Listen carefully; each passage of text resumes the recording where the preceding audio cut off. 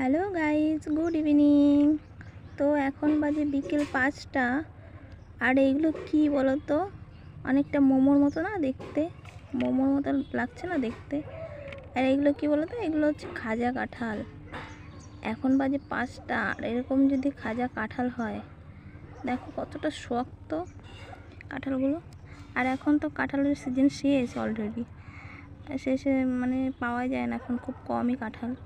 এই দেখো কতটা শক্ত কাঁঠাল, আর পুরো খাজা এই কাঁঠালগুলো। যেমন টেস্ট মিষ্টি, তেমন টেস্টি খেতে, খুব সুন্দর লাগে। আর তোমরা কে কে এরকম খাজা কাঁঠাল ভালোবাসো, চলে আসতে পারো আমাদের বাড়ি।